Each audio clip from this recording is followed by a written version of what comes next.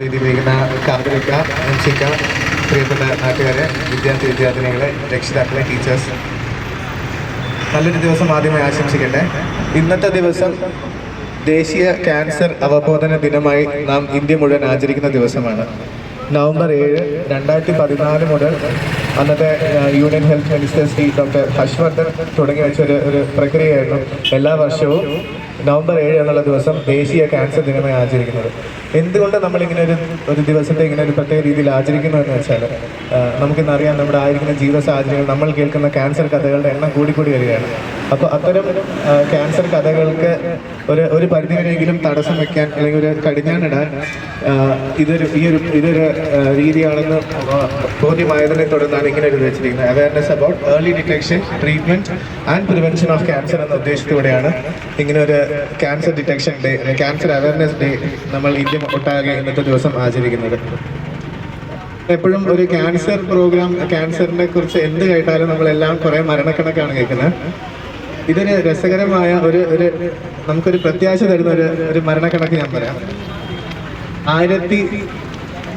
1920 കാലഘട്ടങ്ങളിൽ നമ്മുടെ ഒരു ശരാശരി മലയാളിയുടെ ആയുർദൈർഘ്യം എത്ര വയസ്സായിരുന്നു അറിയാമോ ആർക്കെങ്കിലും? 1920 കാലഘട്ടങ്ങളിൽ ഒരു ശരാശരി മലയാളിയുടെ ആയുർദൈർഘ്യം ഏകദേശം 28 വയസ്സ് മാത്രമായിരുന്നു. അതായത് നമുക്ക് ഈ ചുറ്റും നിൽക്കുന്ന പലരും 28 കഴിഞ്ഞവരാണ്. അതായത് നമ്മൾ എക്സ്പയറി ഡേറ്റ് കഴിഞ്ഞ ആൾക്കാരാണ് പലരും നമുക്ക് ചുറ്റും നിൽക്കുന്നത്. 28 വയസ്സായിരുന്നു 1920 കാലഘട്ടങ്ങളിൽ മലയാളിയുടെ ആയുർദൈർഘ്യം ശരാശരി. പക്ഷെ ഇന്ന് ആ 28 എന്നുള്ളത് 78 എത്തി നിൽക്കുന്നു. 78 വരെ എത്തി നിൽക്കുന്നു. അത് തന്നെയാണ് നമ്മൾ ഈ കാലഘട്ടങ്ങളിലൂടെ കടന്നു പോയപ്പോൾ നമ്മൾ ആർജിച്ചൊരു വലിയ നേട്ടം. ഇന്ന് ഇന്ത്യയിൽ തന്നെ ഏറ്റവും ആയുർദൈർഘ്യമുള്ള ഗണത്തിൽപ്പെട്ടവരാണ് നമ്മൾ ഓരോ മലയാളികളും. മനുഷ്യന്റെ ആയുർദൈർഘ്യം കൂടുന്നു, നമ്മുടെ സോഷ്യൽ മീഡിയയുടെ ഇൻഫ്ലുവൻസ് കൂടുന്നു. അതുകൊണ്ട് തന്നെ ക്യാൻസർ കഥകൾ നമ്മുടെ ചെവിയിലേക്ക് കൂടുതൽ എത്തുന്നതാണ്. അല്ല, പണ്ടില്ലാതെ ഇരുന്ന എന്തോ ഒരു സാധനമല്ല ഇപ്പോൾ പുതുതായിട്ട് പൊട്ടിമുളച്ചത്.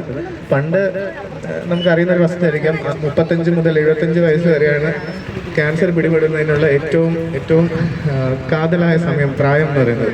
പണ്ട് 28 വയസ്സാകുമ്പോൾ ഏറ്റവും ആരോഗ്യമുള്ള ഒരാൾ ഒരു ഡയറി ബാധിച്ച്, കോളറ ബാധിച്ച്, വസൂരി ബാധിച്ച്, പ്ലേഗ് ബാധിച്ച്, TB ബാധിച്ച് മരണപ്പെടുമ്പോൾ ഇന്ന് അയാളുടെ ആയുർദൈർഘ്യം 28 നിന്ന് 78 വരെ എത്തിയിരിക്കുന്നു. അതുകൊണ്ട് തന്നെ ക്യാൻസർ കഥകളുടെ സാധ്യതകളും കൂടുന്നു.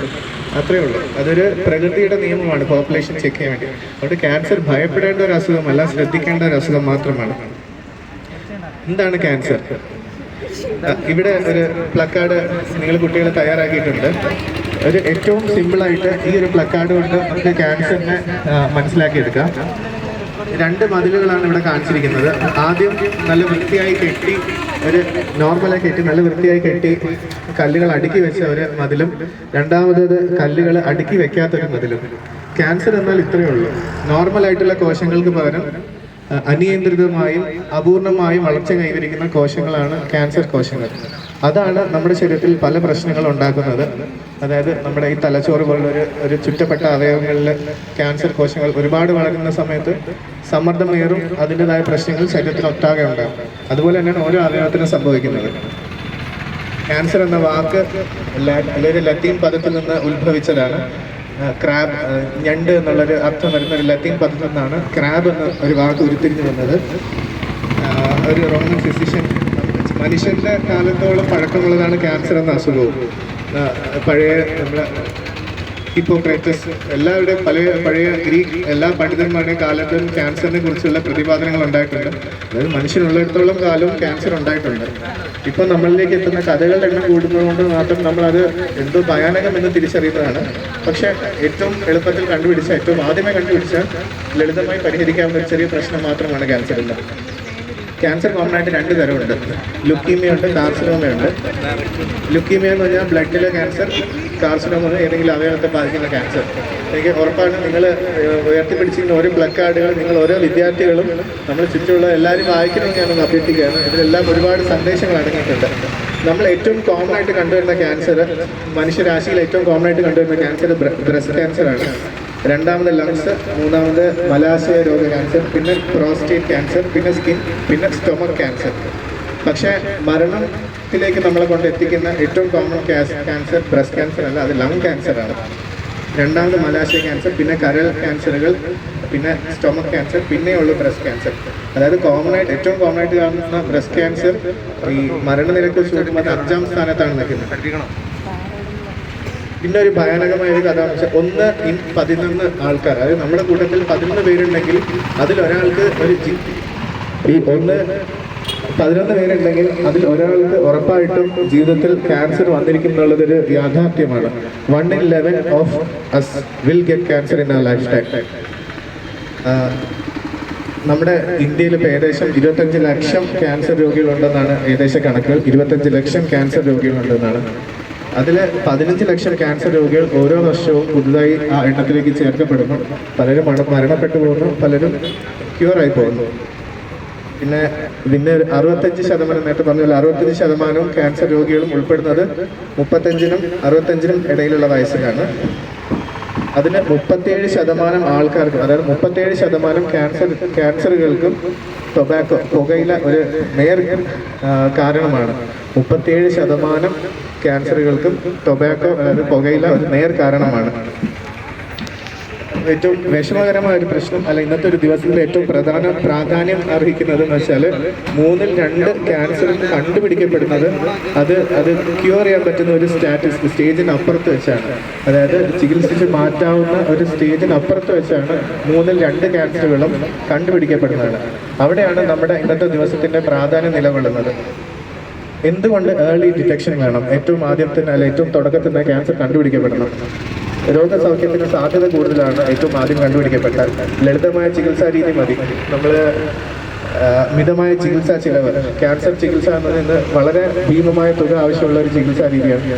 അതിന് ഏറ്റവും മിതമായ ചികിത്സാ ചിലവ് മതി ഏറ്റവും തുടക്കത്തിൽ തന്നെ കണ്ടുപിടിക്കപ്പെട്ടാൽ. മികച്ച ജീവിത നിലവാരം തുടരണമെങ്കിൽ ക്യാൻസർ ആദ്യമേ കണ്ടുപിടിക്കപ്പെടണം. കൈ നഷ്ടപ്പെടുന്നവർ, കാല് നഷ്ടപ്പെടുന്നവർ, അവയവങ്ങൾ നഷ്ടപ്പെടുന്നത്, അതെല്ലാത്തിനും മെയിൻ കാരണം നമ്മൾ തുടക്കത്തിൽ ക്യാൻസർ കണ്ടുപിടിക്കാതെ പോകുന്നതാണ്. പിന്നെ ഒരു കുടുംബത്തിൽ ഒരാൾക്ക് ഒരു ക്യാൻസർ കണ്ടുപിടിക്കപ്പെട്ടിട്ടുണ്ടെങ്കിൽ അത് ആ കുടുംബത്തിലെ മറ്റു പലർക്കും വരാതെ നോക്കാനുള്ള ഒരു ചൂണ്ടുപലകയിലൂടെയാണ്. പല ക്യാൻസറുകളും പാരമ്പര്യ രോഗം പോലെ തുടരുന്നവയാണ്. അത് ഏതൊക്കെയാണെന്ന് നോക്കാം. ബ്രസ്റ്റ് ക്യാൻസറാണ് ഏറ്റവും കോമൺ ആയിട്ട് പാരമ്പര്യം പോലെ തുടരുന്നത്. Ovarian cancer, prostate cancer, pancreatic cancer, മലാശയ ക്യാൻസറുകൾ, ഇതെല്ലാം പാരമ്പര്യം എന്ന നിലയ്ക്ക്, അതായത് അമ്മയ്ക്കുണ്ടെങ്കിൽ മകൾക്ക് വരാം, അച്ഛനുണ്ടെങ്കിൽ മകന് വരാം, അങ്ങനത്തെ രീതിയിൽ പാരമ്പരാഗതമായിട്ട് പകർന്നു വരാൻ സാധ്യതയുള്ള നമ്മുടെ ജീനിൽ ഉൾപ്പെട്ടിട്ടുള്ള ഒളിഞ്ഞിരിക്കുന്ന ക്യാൻസറുകളാണ്. എന്താണ് ഏറ്റവും കോമൺ ആയിട്ട് കാണുന്ന ക്യാൻസർ സ്ക്രീനിങ് ടെസ്റ്റുകൾ? ഏറ്റവും സ്ട്രോങ്ങസ്റ്റ് ക്യാൻസർ സ്ക്രീനിങ് ടൂൾ നമ്മുടെ കൈകളാണ്. നമ്മുടെ വായ്ക്കുള്ളിൽ കാണുന്ന ചെറിയൊരു പരിപരിപ്പാകാം, എന്തെങ്കിലും ഒരു തടിപ്പാകാം, അതൊക്കെ നമ്മൾ നാവ് കൊണ്ട് തടവുമ്പോഴാണെങ്കിൽ, അല്ലെങ്കിൽ കൈ കൊണ്ട് തൊട്ട് നോക്കുമ്പോൾ ഒരു വ്യത്യാസം കണ്ടാൽ അതാണ് ഏറ്റവും വലിയ സ്ക്രീനിങ് ടൂൾ. സംശയം തോന്നിയാൽ അത് ദൂരീകരിക്കണം, അത് ഉറപ്പായിട്ടും എത്രയും വേഗത്തിൽ തന്നെ. ബ്രസ്റ്റ് ക്യാൻസറുകളും അതുപോലെ തന്നെ ഏറ്റവും തുടക്കത്തിൽ നമ്മുടെ കൈകൾ കൊണ്ടാണ് നമുക്ക് കണ്ടുപിടിക്കാൻ പറ്റുന്നത്. എന്തെങ്കിലും ഒരു വ്യത്യാസം, ഒരു കല്ലിപ്പ്, ഒരു രൂപസാദൃശ്യത്തിൽ വ്യത്യാസം എന്തെങ്കിലും കണ്ടുപിടിച്ചിട്ടുണ്ടെങ്കിൽ എത്രയും പെട്ടെന്ന് അത് തിരിച്ചറിയേണ്ടതാണ്. മാമോഗ്രാഫ് എന്ന ടെസ്റ്റ് കേട്ടണം. പാപ്സ്മിയറിൻ്റെ ഒരു ഇമ്പോർട്ടൻസിന് 30 വയസ്സ് കഴിഞ്ഞ ഏതൊരു സ്ത്രീയും 3 വർഷം കൂടുമ്പോൾ ഒരിക്കൽ പാപ്സ്മിയർ ചെയ്യണം എന്നുള്ളതാണ് വയ്പ്. 30 വയസ്സിന് ശേഷം ഏതൊരു സ്ത്രീയും 3 വർഷം കൂടുമ്പോൾ പാപ്സ്മിയർ ചെയ്യേണ്ടതാണ്. ഈ യോനി സംബന്ധമായ ക്യാൻസറുകൾക്കുള്ള ഏറ്റവും സ്ട്രോങ്ങസ്റ്റ്, ഏറ്റവും സെൻസിറ്റീവ് ആയിട്ടുള്ള ഒരു സ്ക്രീനിങ് ടെസ്റ്റാണ് പാപ്സ്മിയർ. കൊളോണോസ്കോപ്പി കേട്ടിട്ടുണ്ടോ? 45 വയസ്സിന് മുകളിലുള്ള എല്ലാവരും എന്തെങ്കിലും മലാശയ സംബന്ധമായ വ്യത്യാസങ്ങൾ കാണുന്നുണ്ടെങ്കിൽ ഏറ്റവും ഉറപ്പായിട്ട് ചെയ്യേണ്ടതാണ് കൊളോണോസ്കോപ്പി എന്ന test. CT scan, PET scan ഒക്കെ കേട്ടിട്ടുണ്ടാവും. ക്യാൻസർ പ്രിവെൻറ്റീവ് മെഷർ, എങ്ങനെ നമുക്ക് ക്യാൻസറിനെ ഒരു പരിധിവരെയെങ്കിലും പ്രതിരോധിക്കാം?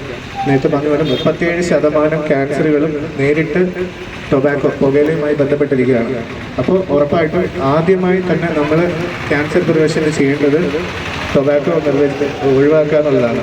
പുകയിലയും പുകയില ഉൽപ്പന്നങ്ങളും പൂർണ്ണമായും നമ്മുടെ ജീവിതത്തിൽ നിന്ന് അകറ്റുക എന്നുള്ളതാണ് ക്യാൻസർ പ്രിവെൻഷന് നമുക്ക് ചെയ്യാവുന്ന ഏറ്റവും ഫസ്റ്റ് കാര്യം. പിന്നെ ഒരു ഹെൽത്തി ബോഡി വെയിറ്റ് മെയിൻറ്റെയിൻ ചെയ്യുന്നത് എപ്പോഴും നല്ലതാണ്. സ്ഥിരമായ വ്യായാമം ഏറ്റവും അത്യാവശ്യമാണ്. പിന്നെ ഒരു ഹെൽത്തി ഡയറ്റ്, നമുക്ക് ഇപ്പോഴത്തെ ഒരു സാഹചര്യത്തിൽ പറയുകയാണെങ്കിൽ ബെസ്റ്റ് ബേക്കറിയിൽ ഇടയ്ക്കിടയ്ക്ക് പോകണം, TK വെജിറ്റബിൾ സ്റ്റോളിൽ എന്നും പോകണം. അതാണ് ശരിക്കും ഒരു ഹെൽത്തി ലൈഫ് സ്റ്റൈലിൽ ഉണ്ടാകുന്ന ഏറ്റവും നല്ലൊരു ഡയറ്റ് പ്ലാൻ. എല്ലാതരം ഭക്ഷണങ്ങളും ആസ്വദിക്കുന്നതിൽ ഒരു തെറ്റുമില്ല, പക്ഷേ എന്നും നമ്മുടെ ഭക്ഷണക്രമത്തിൽ പഴങ്ങളും പച്ചക്കറികളും എന്നും ഉൾപ്പെടുത്താൻ നമ്മൾ ഏറ്റവും ഇമ്പോർട്ടൻസ് കൊടുക്കേണ്ടതാണ്. പിന്നെ UV റേഡിയേഷൻ തടയുക എന്നുള്ളത് മറ്റൊരു ഏറ്റവും ഇമ്പോർട്ടൻ്റ് ആയിട്ടുള്ള കാര്യങ്ങൾ. സ്കിൻ ക്യാൻസർ തടയാൻ ഏറ്റവും ശക്തമായി സൂര്യൻ്റെ രശ്മികൾ വരുന്ന സമയം, ഉച്ച സമയങ്ങളിൽ വെയിൽ കൊള്ളുന്നത് കുറയ്ക്കാൻ പറ്റിയത് ഏറ്റവും നല്ലൊരു സംഭവമായിരിക്കും. പിന്നെ സ്ഥിരമായിട്ട് ഏറ്റവും റെഗുലറായിട്ട് സ്ക്രീനിങ് ടെസ്റ്റിലൂടെ കടന്നു പോകേണ്ടതാണ്. നമുക്ക് എന്തെങ്കിലും ഒരു സംശയം തോന്നിയാൽ അപ്പോൾ തന്നെ ഒരു സ്ക്രീനിങ് ടെസ്റ്റ് നടത്തി അത് ഇല്ല എന്ന് ഉറപ്പ് വരുത്താം. പിന്നെ നമ്മളിവിടെ കണ്ട വേറൊരു സാധനമാണ് HPV വാക്സിൻ. നമുക്ക് ഇപ്പോൾ പണ്ട് കൊടികൊണ്ടിരുന്ന പല അസുഖങ്ങളും ഇന്ന് നമ്മുടെ ഇടയിൽ ഇപ്പോൾ കാണാൻ പറ്റാതെ ആയിട്ടുണ്ട്. ഇപ്പോൾ പോളിയോ എന്നാൽ എന്താണെന്ന് പോലും അറിയാത്തൊരു സമൂഹമാണ്, അല്ലെങ്കിൽ ഒരു കാലഘട്ടമാണ് നമ്മൾ. പക്ഷെ നമ്മുടെ പൂർവികർക്കൊക്കെ പോളിയോ എന്നത് ഒരു വലിയ മാരകമായൊരു ചോദ്യചിഹ്നമായിരുന്നു. കൈകാലം ചലനശേഷിയില്ലാതെ എത്രയോ പേര് നമുക്ക് മുന്നിൽ കടന്നുപോയവരുണ്ട്. അവരെല്ലാവരും നേരിട്ട് ഏറ്റവും വലിയൊരു പ്രശ്നമായിരുന്നു അതിനൊരു ചികിത്സ ഇല്ല എന്നുള്ളത്. പക്ഷേ അതിനൊരു വാക്സിൻ കണ്ടുപിടിക്കപ്പെട്ടതോടെ അതൊരു പ്രശ്നമല്ലാതായി മാറി. അതുപോലെ ഒരുപാട് നമ്മുടെ മീസിൽ, മംസ്, റുബെല്ല എല്ലാം, ചിക്കൻ ബോക്സിനടക്കം ഇപ്പോൾ വാക്സിൻ ഉണ്ട്. അതുപോലെ നമ്മുടെ ക്യാൻസറിന് ഒരു വാക്സിൻ ഉണ്ടായിരുന്നു. എന്ത് എളുപ്പമായിരുന്നു, നല്ലതായിരുന്നു ചിന്തിച്ചു പോകുന്നൊരു കാലഘട്ടമുണ്ട്. അതിന് ഒരു പരിധിവരെങ്കിലും ഒരു ഉത്തരമാണ് HPV വാക്സിൻ എന്നുള്ളത്. കാരണം ഈ യോനി സംബന്ധമായ ക്യാൻസറുകൾക്ക് ഒരു ഏറ്റവും വലിയ കാരണമാണ് ഹ്യൂമൻ പാപ്പിലോമ വൈറസ് എന്നുള്ളത്. ആ ഹ്യൂമൻ പാപ്പിലോമ വൈറസിനെ ചെറുക്കാൻ ഇന്ന് വാക്സിൻ അവൈലബിൾ ആണ്. ആ വാക്സിൻ ഇഫക്റ്റീവായിട്ടുള്ള ഒരു സ്ക്രീനിങ് അല്ലെങ്കിൽ ഒരു പ്രൊട്ടക്ഷൻ മെത്തേഡാണ് യോനി